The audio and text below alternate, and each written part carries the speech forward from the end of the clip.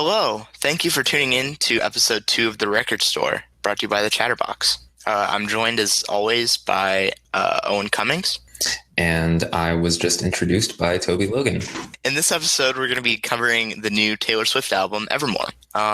So I don't know if you have anything to say about the background on this thing, but if so. Yeah, I do. So Evermore, ninth studio full-length album by Taylor Swift, who is she made a transition from being a country singer to a pop singer to now, with her last two albums, more like a folk singer kind of vibe. It came out on December 11th, 2020. Her last two albums she released with very little publicity. I think she announced both of them within hours of their respective release dates. It was heavily produced and written by Aaron Dessner of The National. It features artists like Bon Iver, Haim, I think that's how you pronounce it, and Cincinnati's own The National, so that's exciting. Yeah, that's all I have from a production standpoint. Yeah, so I think we should just jump right in. What did you think? I actually, I really dug this one. I really liked Folklore, which came out back in July, I believe.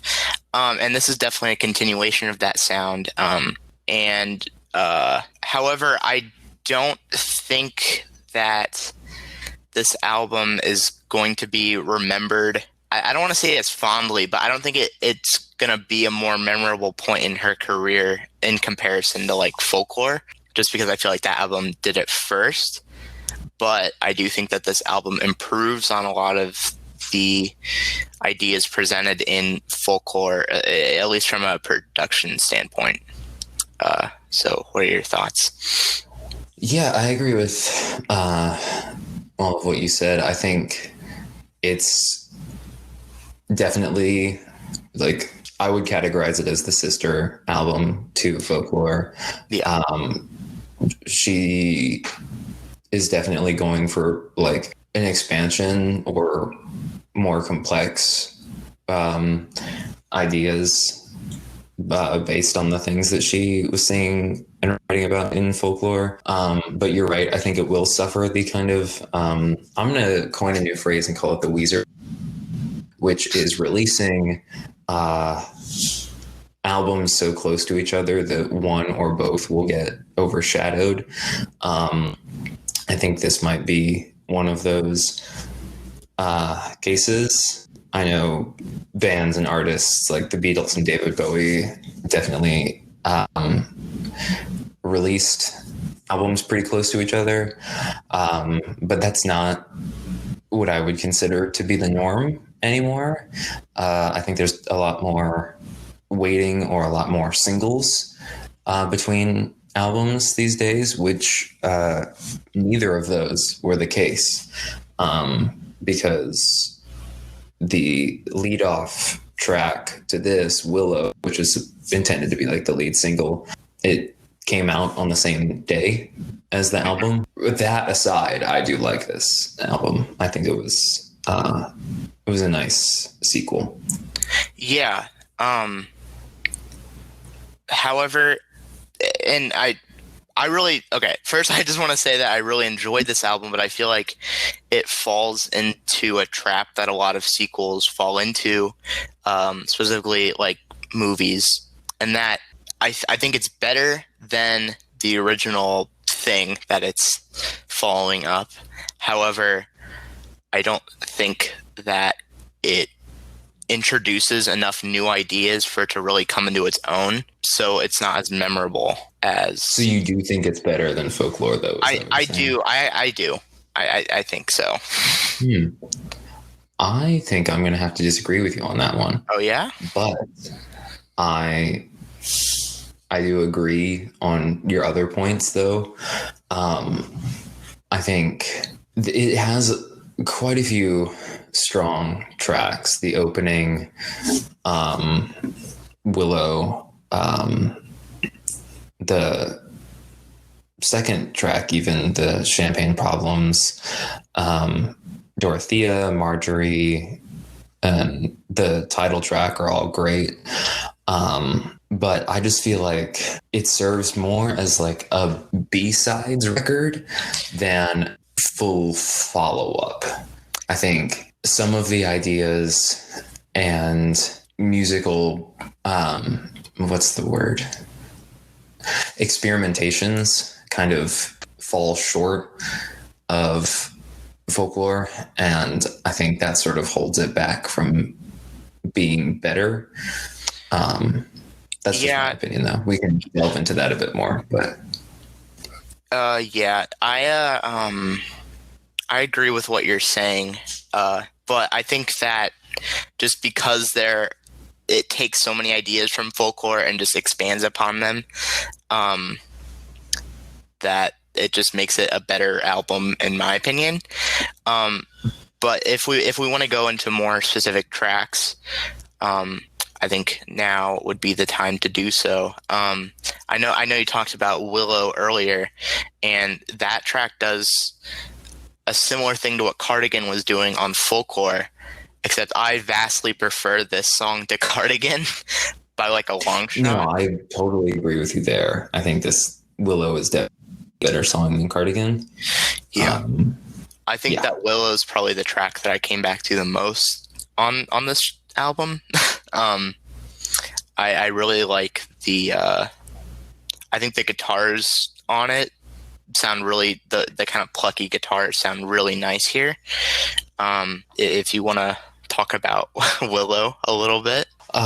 Well, like most of the tracks on this album, it was co-written with Aaron Dessner and Aaron Dessner. So it definitely has that.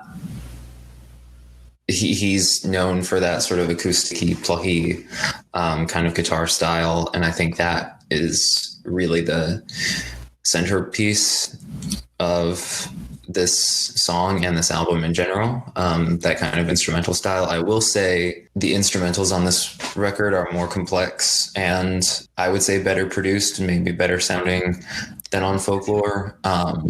But I think lyrically, that's where Folklore shines better, because there are some lyrics in Willow that kind of don't sit right with me. Like, well, the chorus, the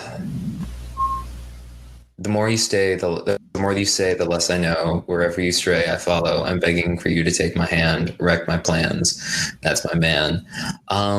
Compared to their verses, it's a lyrical step down, I would say. I think it's obviously Taylor Swift is a pop singer, but I feel like some of these tracks are a bit too hooky or poppy, which leads there to be a slightly higher discrepancy between Folklore and Evermore than I think some people might pick up on, just because the instrumentation is so different from Taylor's other records. But that's just my opinion. I think lyrically. No, yeah, I definitely, I definitely agree with what you're saying on like the whole how hooky and poppy the lyrics are on this thing, especially in comparison to Folklore, which I thought had some of the best writing in her discography. But I know that you are a big fan of The National. What did you think of some of the features on here? Because I know The National is on Coney Island, but there's obviously other features on the record. But what were your opinions on the features on the album? Well, I think starting with the first feature, which is on Nobody, No Crime featuring Haim. I really hope I'm saying that right. I don't think there's a whole lot. I think she serves as more of backing vocals for Taylor, which is not a bad thing and still constitutes as a feature. I would just say it didn't feel necessary. It definitely added to the sound. I think production wise, this is one of the highlights on the album. Lyrically too, I think the story that she's singing about is complex and nice. Well, not nice. It's, it's a murder mystery plot. Yeah, I know, but I think that's, when I say nice, I think I mean like interesting. It's definitely, yeah, it's interesting. I will say the feature does add some emotion that I think Taylor might be lacking, maybe intentionally, throughout this song when she's singing. But it doesn't really add enough to where I'd be like, oh yeah, this is the thing that I'm going to remember it for, especially since the lyrics are more complex than some of the other ones on this record. Yeah. Sorry, go ahead. No, I was just going to ask what your opinions on it were. Oh yeah, no, this was definitely a highlight for me. From a production standpoint, it was a pretty just standard pop country instrumental. I appreciated the harmonica that was kind of littered throughout the song. But I think that Haim, I think it's Haim, but I believe that's like a girl band. But sorry if I got that wrong. I think that they added, like you said, more emotion to the track. I personally, this was probably I wouldn't say my favorite feature, because I think Bon Iver does a really good job, but definitely they were a highlight of the features for me, just because of the background vocals that they add to the song, and I really liked that. Yeah, I think it's definitely one of my favorites. I think it's worth checking out, even if you don't listen to the whole album. I think you're right. Bon Iver's feature that's what that song needed. And that one definitely fit more within the context. But yeah, I would say this song and its feature could exist without each other. Mm-hmm. Speaking of Bon Iver, I know we're going to get to Coney Island in a second, but what did you think of that track? It's kind of the last track on the album. And then what did you think of it in comparison to Exile on Folklore, where Bon Iver is also featured there? I mean, this one, closing tracks have different feels to them than like songs in the middle or songs like that. I think Exile was the fourth song on Folklore. But this one, I really liked it. I think it's the right song to go on. I mean, it is the title track. But I think, again, lyrically, Exile shines where this one kind of falters a bit more. But I think where this one shines is when the feature comes in, like the bridges, and the chorus. I think the verses are a bit weak compared to Exile's, but again, the choruses are where this album seems to shine. And I would say this one definitely has one of the most memorable ones on this album. And yeah, I like this song. Yeah. I like, I pretty much completely agree. I would say that, I think I prefer Exile, because that one felt like more of a duet almost. And with this track, Taylor and Bon Iver kind of feel separate almost, in my opinion. Yeah, I know what you're saying. Yeah, because you have like the first track, which is pretty much dedicated to Taylor, but then you have the second half, which is pretty much all Bon Iver. Whereas with Exile, their parts kind of seemed intertwined a bit more, especially at the chorus part, I believe. I also haven't listened to folklore in a second, but I still think that this is a great track. And as I said earlier, Bon Iver is probably my favorite feature on here. I think he adds the most to the track, or to the track that he's on, than the other features with the tracks that they are on. And I think that this was definitely a highlight. It's definitely a big song on the album. They dedicate a lot of time to it. I think it's the longest song. I think it's 5 minutes. Yeah. Oh, wait, no, it's the second longest one, because Happiness is 5 minutes and 15 seconds. Yeah. Do you have anything else to add on that one?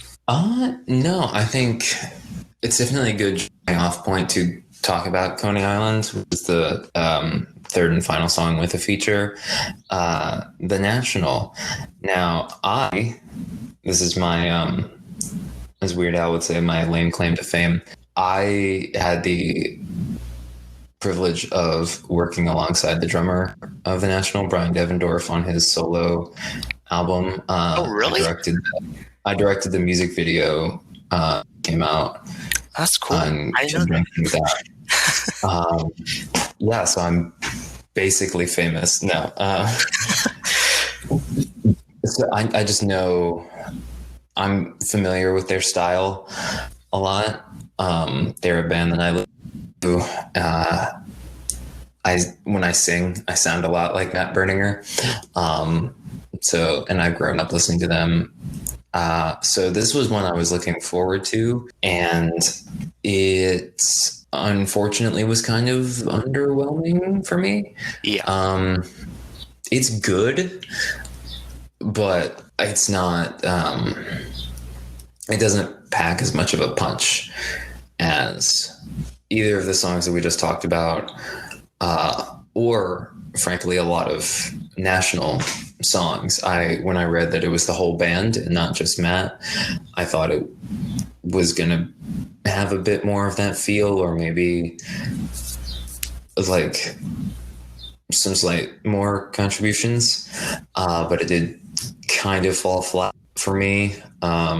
Maybe it was just because I was anticipating it, but I think a lot of the lyrics are slightly convoluted, or like, I don't know how to describe it. Yeah, no, I get what you're saying. This, as you said, for you, this was one that you were looking forward to. I'm not like super knowledgeable on the National. Like I'm familiar with a few of their songs, but I know that they make quality music. So I was definitely looking forward to this one.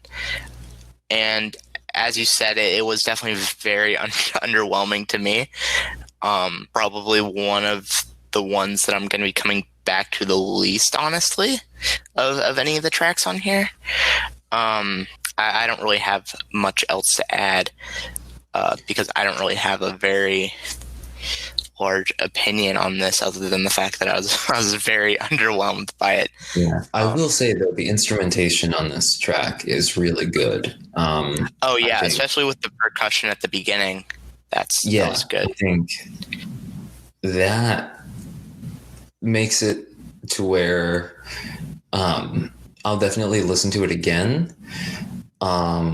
Just if I have the choice to listen to this song versus other songs, I might pick one of the ones that has a bit more to it lyrically, because that's falters. I think the instrumentation doesn't quite fit with the duo of Taylor and Matt well enough to where it feels like conjunctive. I think it's one of the songs where you feel like something's missing. but I don't know what. And that's kind of what gets me, is I keep waiting to hear something that I am not really hearing. Maybe it's a bit more when it comes to the lyrics. But again, it's not a bad song. I think it was just slightly underwhelming for me. I agree. So that's all the songs with the features. I know, as it usually is with a lot of Taylor Swift albums, the first 4 tracks I think are the most popular on here. Do you have any opinions on the other 3 of the first 4 tracks on here? Because I know that those are the kind of the bigger, more popular ones right now, in my opinion, at least. Yeah, I think Champagne Problems is probably one of the ones that I like the most. It definitely is one of the more poppy songs. It felt like a continuation of Last Great American Dynasty from Folklore. It even mentions this train, which, trains and hallways are something have popped up a lot in these past 2 albums. But yeah, I think that one's good. That one might be my favorite in terms of production. There's a lot going on, but it's simple and I like it. Gold Rush is another one where I forget how many she allows herself to swear in. This is one I feel like it clearly works the lyrical context, but I don't think it packs like an emotional punch that it's supposed to, because a lot of pop stars nowadays try to avoid his, radio. But I don't know. I think, again, lyrically is where this album seems to fall. And then I think these first 4 are good. I was not aware that it was the first 4 songs that were always like more popular. Oh, I don't even know if that's true. That's just my theory, because it seems that she puts. I don't know. I believe that is true, because it seems that she's putting her bigger hits in the first 4, or at least those seem to be the most popular.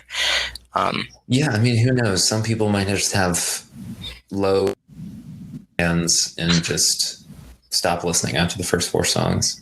Maybe. Who knows? I think it's funny if you go to Genius, which I'm about to do now. I want to see. Yep, with almost each song, there's a decrease in the amount of people who have looked up like the lyrics to it. I'm telling you, as you go down the album. We've just exposed Taylor Swift here. I think this is something that needs to be talked about. Her fans just don't listen to the whole album. Which I will say, though, a lot of people have been talking. She used her, is it her grandma's vocal on Marjorie? I think so. Yeah, I think that was a really cool move. I think, especially for a song that's that deep into the record, to have that sort of be something that when you come across and then you figure out what it is, like that definitely packs emotional punch. Yeah. That one originally was, sorry, go ahead. My bad. No, I was just going to say lyrically, again, it kind of falls flat in the verses, but that's. Oh, I was actually going to say that Marjorie was one of the stronger ones lyrically, just because there's that emotional punch that, Yeah, no, I think emotion is definitely might be the highest on this song, just because of that knowledge that you have to it. And the bridge is definitely very lyrically complex, but I think just the first half is kind of lackluster, which I guess then if you're leading up to something bigger, yeah. Actually, you know what? No, you've changed my mind. Yeah, this is a good one. It's lyrically, I like it now that I have fully processed why it's like that. Yeah, no, okay, I like that song more now.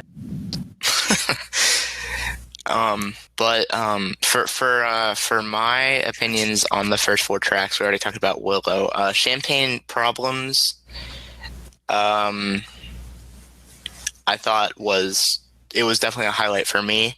I don't know what's with it with the writing on on this album and us just disagreeing on it, but I actually thought that that Champagne Problems had some strong writing. Maybe not during like the hook, but during the actual verses, I thought that the alcoholism kind of talk throughout, or at least that's what I picked up from it. I actually really, I wouldn't say enjoy it, but like I thought that the writing there was strong.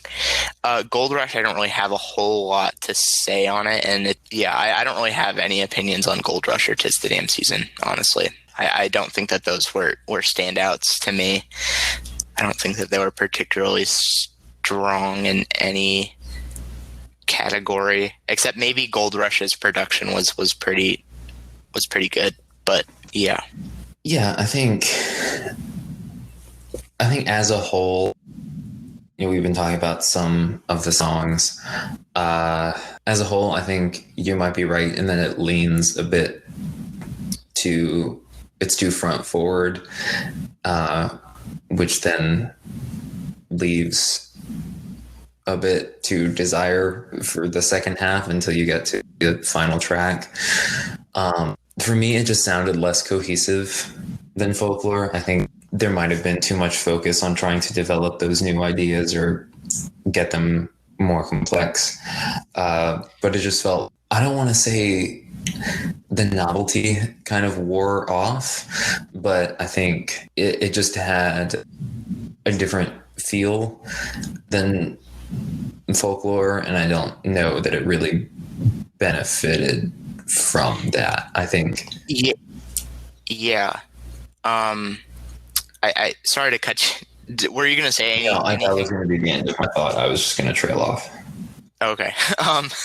I agree. And that's kind of going back to what I was saying, in that I think that this album is going to go down as a less memorable moment, even though some people might see it as being a better album than Folklore. I think it'll still go down as being less memorable than Folklore, because the novelty of that new sound is kind of worn off on here, where it was just this completely new thing, or maybe not completely new, because it kind of went back to her original roots a little bit with the country-ish sound. And I think I understand why maybe having more complex production on here is less, or is more, or it brings the album down a little bit.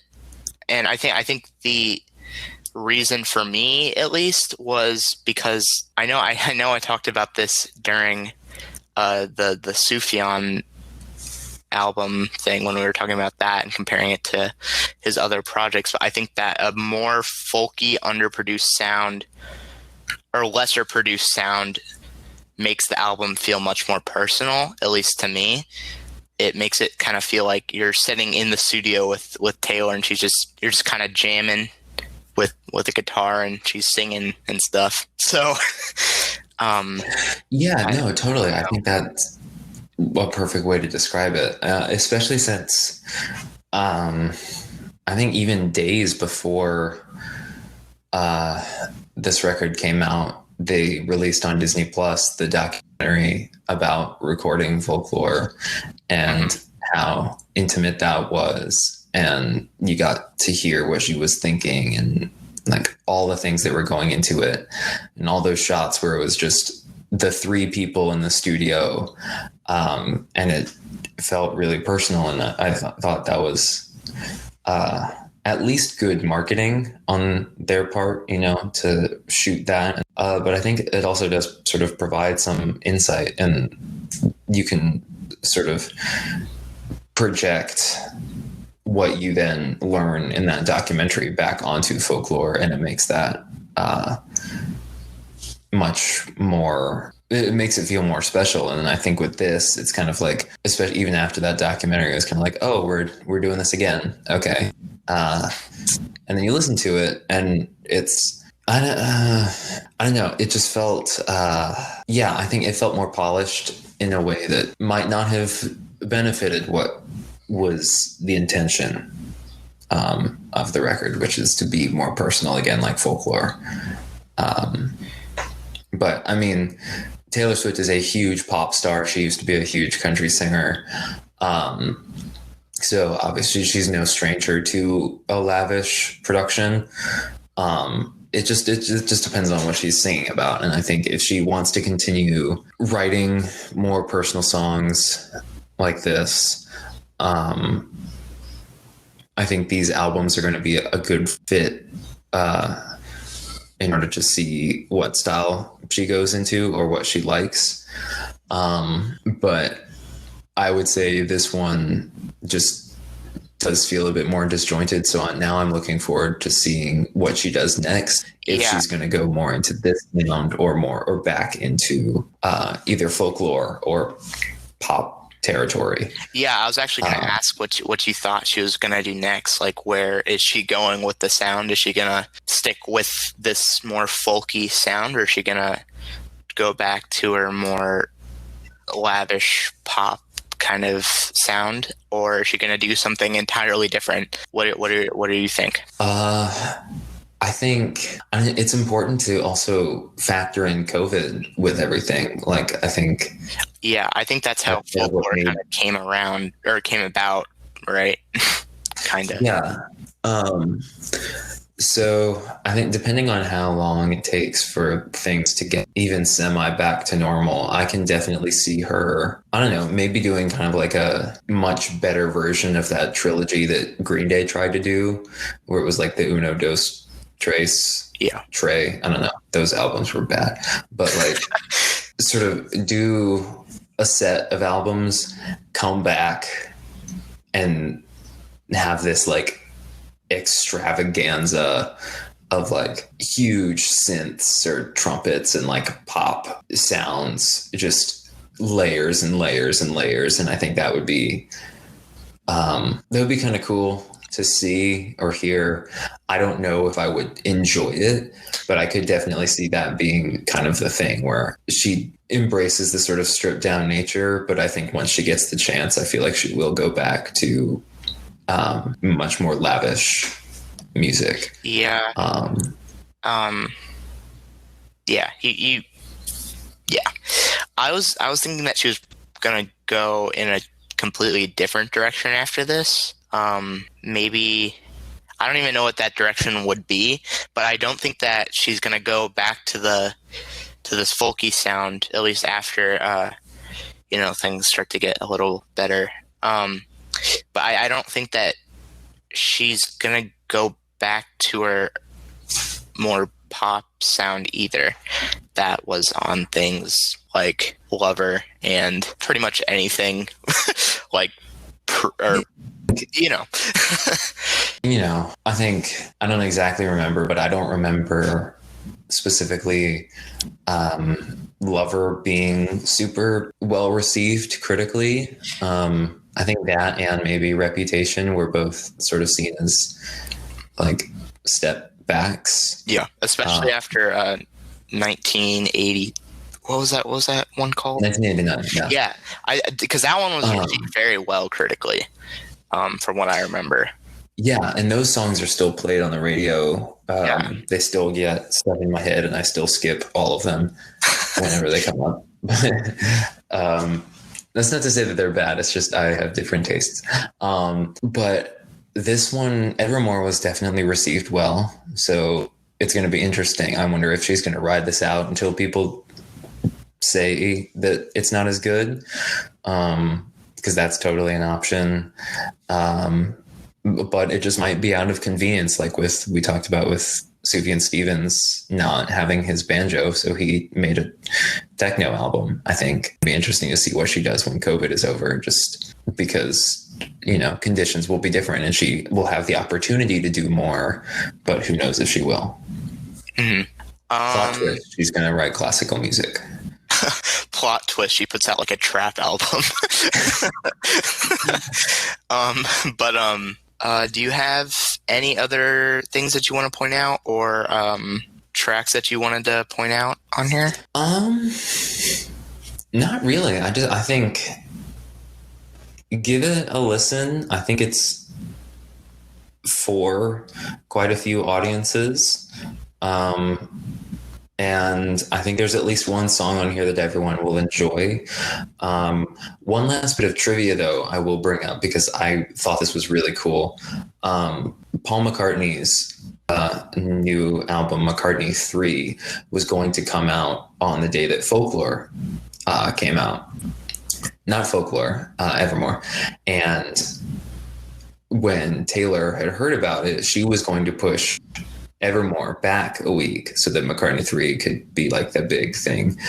But Paul pushed his record back a week so that Evermore could be